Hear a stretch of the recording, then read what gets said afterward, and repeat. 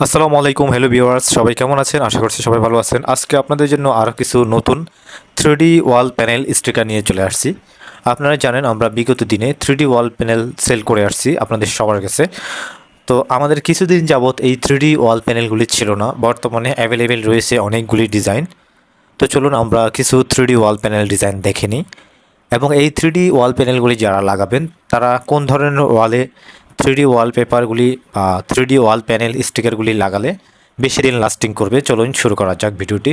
তো আপনি যদি আমাদের ফেসবুকে নতুন হয়ে থাকেন আমাদের ফেসবুক পেজটি ফলো দিয়ে রাখেন, আর আপনি যদি ইউটিউব চ্যানেল থেকে দেখে থাকেন আমাদের ইউটিউব চ্যানেলটি সাবস্ক্রাইব করে রাখতে পারেন। এই 3D ওয়াল প্যানেলগুলি আপনারা অনেকেই চান যে প্লাস্টার ছাড়া ওয়ালে লাগানোর জন্য। তো প্রথমত বলে দিই প্লাস্টার ছাড়া ওয়ালে কিভাবে লাগাবেন, কিভাবে লাগালে বেশি দিন লাস্টিং করবে। আপনি যদি প্লাস্টার ছাড়া ওয়ালে এই 3D ওয়াল প্যানেলগুলি লাগাতে চান, যেহেতু অনেকে চান যে লাগানোর জন্য, তো আমি আপনাদেরকে সাজেস্ট করব আপনি যদি প্লাস্টার ছাড়া ওয়ালে লাগান সেক্ষেত্রে অবশ্যই আপনার গাঁথনিটা সমান আছে কিনা দেখে নিতে হবে।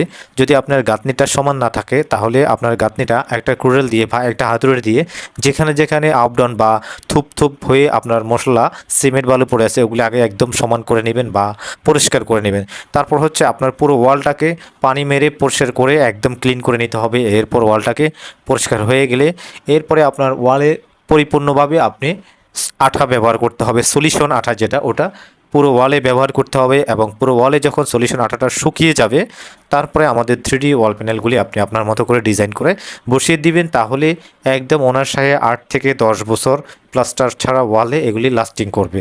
তো চলুন এবার আমরা দেখে নিই প্লাস্টার করা ওয়ালে কিভাবে লাগাবেন।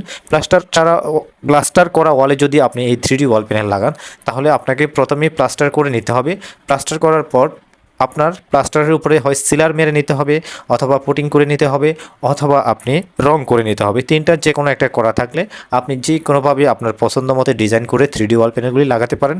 কোনো ধরনের সমস্যা হবে না, একদম মিনিমাম 10 থেকে 12 বছর লাস্টিং করবে আঠাগুলি। এরপরে যদি আপনি আবার কখনো 10-12 বছর পরে কোথাও ছুটে ছুটে যায়, কোনা উঠে যায়, আপনি ওখানে অল্প একটু আঠা দিয়ে আবার এটাকে রিপেয়ার করে নেবেন। একদম 15 থেকে 16 বছর নির্দ্বিধায় আপনি এই 3D ওয়াল প্যানেলগুলি লাগিয়ে নিতে পারবেন খুব সহজে। তো আমি আপনাদেরকে বলেছি প্লাস্টার ছাড়া ওয়ালে কিভাবে লাগালে লাস্টিং করবে।